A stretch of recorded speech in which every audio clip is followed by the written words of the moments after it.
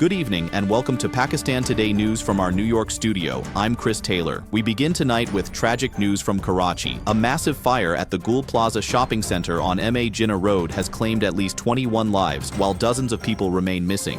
Rescue teams have been working for more than 24 hours, battling deep-seated flames and smoldering debris as efforts continue to clear the rubble. Authorities say more than 70 people are still unaccounted for, and traffic restrictions remain in place around the area to facilitate emergency operations. Sindh Chief Minister Murad Ali Shah has announced compensation for the families of victims and pledged rehabilitation support for affected traders as investigations into the cause of the blaze continue. For more on this developing story, we go live to our correspondent in Karachi. Clara Bennett joins us now. Chris, the situation here remains extremely challenging as firefighters continue cooling operations inside the damaged structure.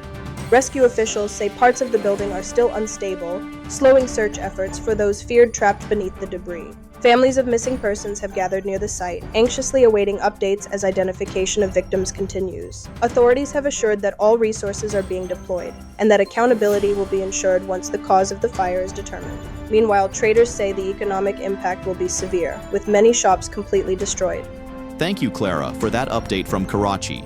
Turning now to politics. National Assembly opposition leader Mahmood Khan Achakzai has addressed lawyers in Karachi, calling for what he described as a new Pakistan based on democracy, rule of law, and justice.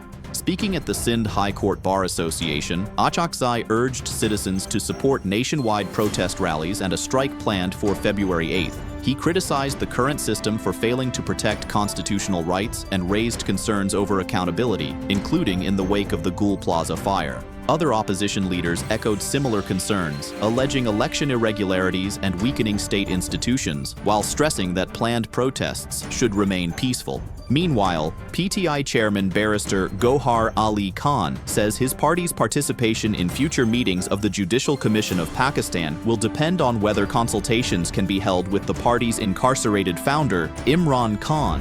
Access to Imran Khan has reportedly been suspended until February 8th. PTI recently skipped commission sessions that recommended the confirmation of 31 judges, citing concerns over constitutional amendments and the inability to consult their leader. Barrister Gohar reaffirmed PTI's desire to play a constructive role in judicial appointments and rejected claims that the appointment of the opposition leader in the National Assembly was influenced by other political figures. In defense news, a Pakistan Air Force contingent has arrived in Saudi Arabia to take part in the multinational aerial combat exercise Spears of Victory 2026, according to the Inter-Services Public Relations. The PAF unit, including F-16 Block 52 fighter jets and support crews, landed at King Abdulaziz Air Base.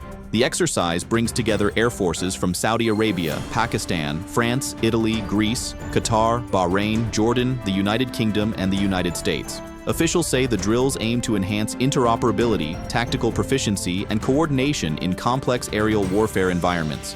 Internationally, U.S. President Donald Trump has said he no longer feels an obligation to think purely in terms of peace and global affairs after being overlooked for the Nobel Peace Prize. In a letter sent to Norwegian Prime Minister Jonas Gahr Støre, Trump reiterated that the United States should prioritize its national interests. He also renewed his long-standing demand for control of Greenland, arguing that Denmark is unable to defend the territory from major global powers.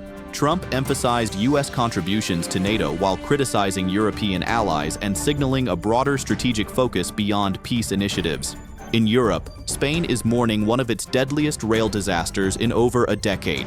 At least 39 people have been killed and more than 120 injured after a high-speed train derailed and collided with another near Ademuz in the Córdoba region. The train, traveling from Malaga to Madrid, reportedly left the track on a straight, newly renovated section before striking an oncoming service. Spanish authorities have described the cause as extremely strange, as emergency crews continue rescue and recovery efforts.